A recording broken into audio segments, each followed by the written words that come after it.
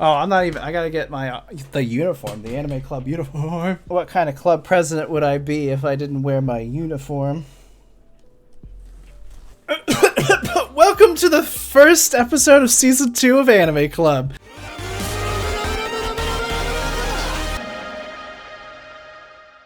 We're gonna start off with Sleepy Princess in the Demon Castle. I can't pronounce the Japanese name because I'm bad at language. I didn't think I would like this, but I ended up loving it. Yeah, that's about I think about the same. But let's introduce our characters for the show. We have Sleepy Princess. Don't know what her name is. I didn't write it down. We also have Demon King, Priest, Dog Boy.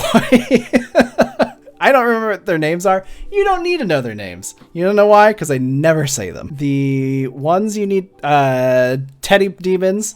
You have the hero, which is... Himi-sama is her name for me. Yeah, it's just Princess. Like, that's just what it is. We have our hero. His name is Duncan, which is important for the rest of this series, just because his name starts with a D, but that's, I think, the only one I remember. Is it Duncan, Dustin, something like that? Doesn't matter. He's the hero. And then you have the Goon Squad, which is what I called them. I don't know the names of any of them, and I don't really care because they're always together, and that's the kind of they're the goons. They're like the guards that are inept and they can't really keep her in their prison. They just give up. They're just like, whatever, she's out. But yeah, these are our characters pretty much that you have to care about. There's others that show up eventually, but pretty much this is all you need to know. These characters, and you've got the whole story. There's the other characters that show up. Whatever. There's more demons. I don't even know the names to anyone in this series. I couldn't remember them because they don't use them. All right. Episode 1, a little reminder. Once upon a time, people and demons intermingled and coexisted together.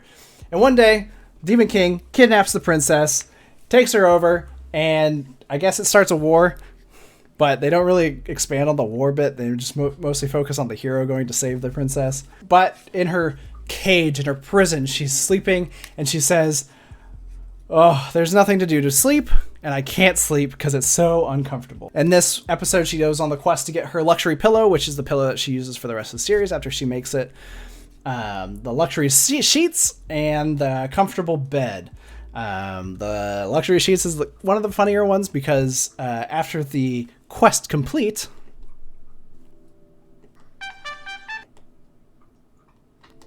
there it goes. It's because she killed demons to do it. She fucking kills the little ghost sheets that are floating around. In episode 2, let's see. There was at the Demon Castle, the princess' objective is to prevent the mosquitoes from threatening, right? She needs a bigger sheet, and she ends up killing the boss of the ghost sheets, who is trying to exact his revenge on the fact that she keeps murdering them for her own comfort. Her behavior starts to escalate in the second half of the episode.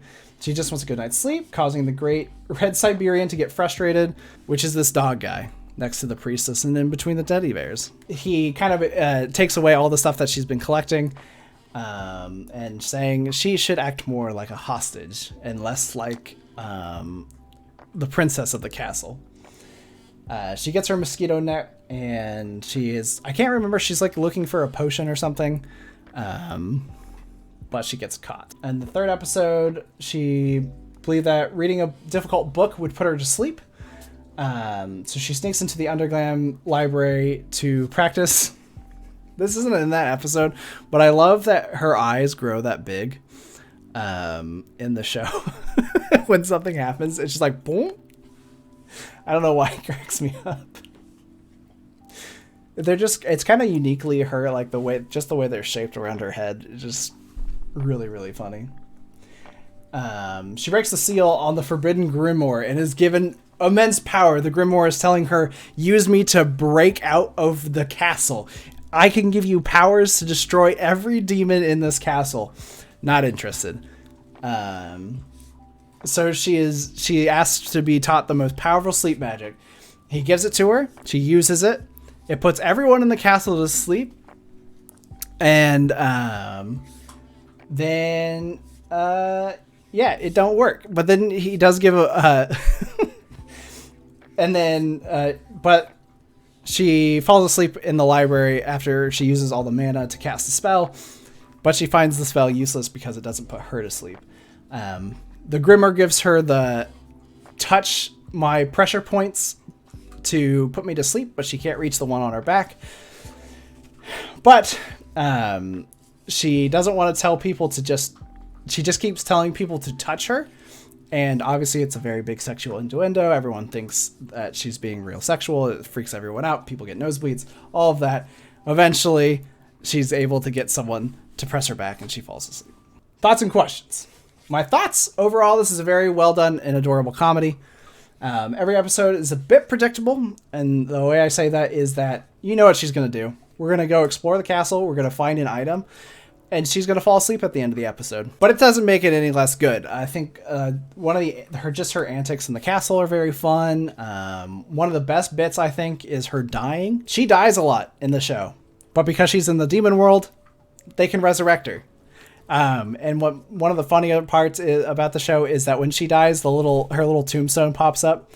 The first time she dies is in magma. And she finds out that the coffins are very comfortable. But it's broken up kind of like a SpongeBob episode or anything. You've got the quests kind of break up the episode, sometimes in thirds, sometimes in half. Yeah, it's very fun and enjoyable and quick. Because it's broken up like that, the bit for the episode doesn't get stale very quickly. Like, it's not all 20 minutes of the show is that one thing. It feels like several episodes in one. So that kind of breaks up the comedy a little bit and makes it less repeatable. Yeah, the episode length is good. 20 minutes. It does feel like you're watching a SpongeBob episode, right? Like, you're going to get 2 episodes per 24 minutes. And it kind of makes the jokes flow a lot better. They don't have to stretch the joke out to make it funny. They tell the joke and then they move on. That's why sometimes you have 3 quests in one episode, because the joke just isn't very as long. So you get a little bit more. And at the end of every episode, it's quest complete. Or at the end of every bet, it breaks up with this little quest. It's very fun. I enjoy the MC a lot. She is the powerhouse of the show.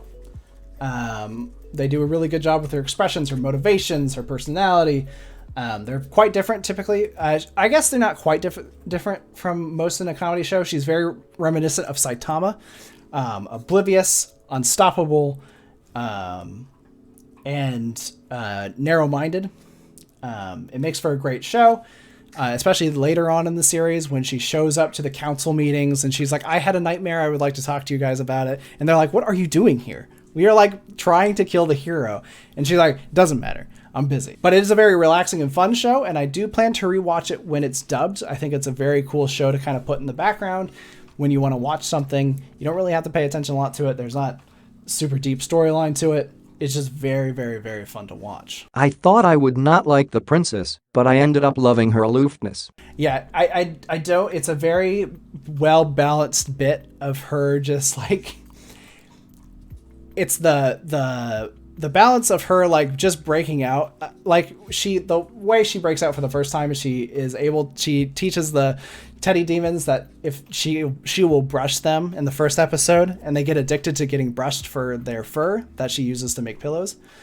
And so she'll bang the cell with the brush and they'll bring the key to her. And so she'll brush them and then she'll escape. And that's just how she gets out. But what's really funny is seeing the reactions to the guards. They're like, what are you doing out here? And even when she dies multiple times in the series, it's really funny because the guards are like, whoa, you're going to kill yourself. Hey. And she's like, that'll make me sleep better. And so she tries to do it and she dies. And one of the shots in one of the later episodes is that she has like 5 coffins in her cell. And the priest is like, she dies once a week at minimum. But yeah, it's just a really relaxing show. If you're in a bad mood, it'll cheer you up. It's a very fun anime. And it has a little depth to it. I think one of the big things is, why doesn't she want to escape? Why doesn't she want to leave? And that one of her big motivations is she's finally free from being a princess in the demon's castle, I think is the big motivation for her. And it kind of gives you that, it's enough of a motivation for you to be like, I see why she doesn't want to leave, because she's free here. She isn't trapped. You know, she can explore the castle all day, have fun, interact with all these demons and stuff and just have a good time. And she gets to sleep at the end of the day. What are your feelings about the princess? I love her. She's cute. She's adorable. She's funny. The way she just doesn't give a shit about anything is a lot of fun. Do you like the supporting cast of the show? The hero, the demons, the guards. Yeah, I think they're fun. I think what's really fun about this is the guards being like, hey, princess, what are you doing out there? At first, they're really resistant, and then later on the show, they're just like, yeah, she's out again. I don't know. She's probably gonna die or something. She'll be back. Oh, whatever. They can't do anything to stop her. She's unstoppable. She has a giant pair of scissors she gets from the scissors demon. And she just beats the shit out of everything with it. I am totally shipping the Demon King and Princess now, lol. 100%. Oh, they're so cute. In the episode when they go to the overworld, it's very, very cute. I do want to read the manga for this. I am quite interested to see the story progress to the point when the hero finally reaches the demon castle. One of the best B plots of the show is the hero plot. The demon is trying to get the hero to come to his castle so he can defeat him. But the hero is inept and he gets lost all the time. So they have to guide him to the demon castle. And it would be great to see the princess and the hero meet. And how that interacts, because obviously the Demon King is kind of getting feelings for the princess. We don't really think she's getting feelings for anyone. But she thinks the demons are pretty cool, and she enjoys being kind of the, I guess, human representative for the demons in a way.